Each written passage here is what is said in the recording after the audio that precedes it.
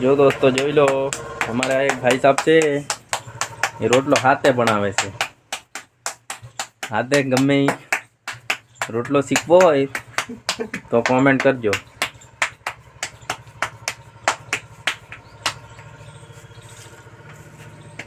ખાલી 10 મિનિટમાં જમવાનું બનાવી દો ને વધારે ટાઈમ લાગતો નથી 10 મિનિટ થી છે હમણાં આ રોટલો કરી નાખ્યો જુઓ વગર કાગળ હા કાગળ બાગળની જરૂર પડતી જ નથી તમારે બી શીખવા આવવું હોય તો કોમેન્ટ કરજો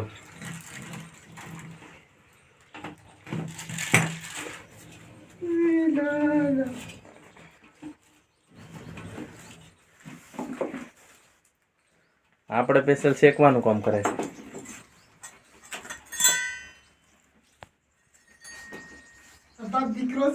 હા આ બાપ દીકરો છે સ્પેશિયલ રસોઈયાનું જ કામ કરે છે જોઈ લો તમે